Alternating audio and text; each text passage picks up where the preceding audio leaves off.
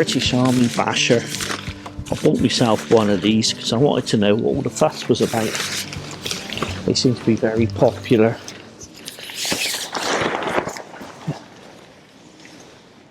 Now I know this is genuine because I bought it from an army surplus store online. It's used grade 1 and it cost me £30 delivered, which I was quite impressed with. Let's have a look at the width. 2.5 meters.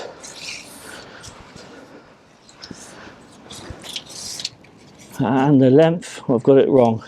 This is the width, the other one was the length. 2.17. 2 meters 17. I'm not sure how well you can see that. It says Seymour 7199, I think it is. So it's obviously been used by someone. And he's got that army surplus smell to him. The one that's a bit like an old people's home. I'll put some bricks out on the corners because it's windy today and he'll blow away if I don't. I was going to do this out somewhere else, but it's just too windy, so I thought I'd do this in the garden. It's got some staining on him. Some white stains, which, as it's used grade 1, you'd expect it to have some kind of markings.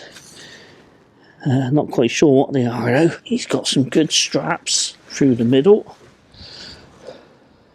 One thing that really stands out with these army surplus tarps are these webbing strappings and the webbing along there. This is proper hardcore. My understanding is that they have the straps, so at a push you can get a casualty on there and drag him away and use it as a stretcher. Got tie out points on all the corners and all the centres, and he's got 5 eyelets. That's 2, that's 3, 4, 5 eyelets at either end. I've turned him over now and you can see the seam seal along there. It's pretty heavy duty rubberized silicone material, goes all the way along there, and we've got right in the middle we've got a pulley. So now I'm beginning to see why people like these so much. Really well made, super robust, loads of tie out points and a reasonable-ish size. Now I know the DPM camo stopped being used around 1995, so I want to try and identify from the pattern and the eyelets the rough age of this. So I've gone on to ChatGPT and I've put in some photos. How well can you see this? I've put in some photos of the eyelets and the DPM pattern, and it's come back with an answer. Likely era 1990s to early 2000s. Estimated age range 1995 to 2005, most likely 1990s. Production. It's asking me for the NSN number. There isn't an NSN number on this. Straighten this out a bit, the wind's taking it. This is why I didn't go out with it today.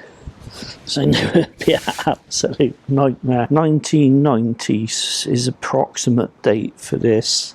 So what we're in now, 2026. 1990, this is 35 years old. It's in pretty good nick for 35 years old, isn't it? It doesn't seem to have deteriorated at all. And it looks like it's perfectly serviceable. I'm looking forward to taking this out in the wild. I got this out for a couple of reasons today. The first one was I wanted to have a proper look at him, look at all the stitching, just to make sure everything's good. And the other reason was I want to get rid of that horrible army surplus smell. So I'm going to put him on my washing line and give him a bit of time, and hopefully that horrible kind of sickly smell will dissipate a bit. and they smell a lot better. Now I do own quite a few tarps of various sizes, but I don't have anything that's this type of size, and I was also curious about how well they was made and how good they were. Any regrets for 30 quid? None at all. I also bought an MTP version as well. Again, this was out of curiosity. Now this one's Supergrade, and it's got the NSN number on, and it genuinely is Supergrade. It looks like it's been taken out, looked at, put away, and then just put into storage. It's even still got a plastic tag on it, and whoops, it's getting blown around. It's got the NSN number on there, and this is absolutely mint. This has been the storage box. I bought this off of eBay. This was £35 delivered. So I've got a choice of options now as to which one I should use in which situation. And to be honest, it doesn't really matter, I guess. For me, it's just a bit of fun, and everything's pretty much the same apart from the colouring. I took some photos of the NTP basher, and I'm asking ChatGPT to identify the age. Mid-2010 and not older. I'm not sure if that helps at all, because we already know that the MTP pattern came in after the DPM pattern phased out. So the question, I guess, is if you could only have one, which would you go for? Would you go for the DPM, slightly cheaper, grade 1, or would you go for the MTP, slightly more expensive, in Supergrade? And what about the colour? Which colour do you prefer?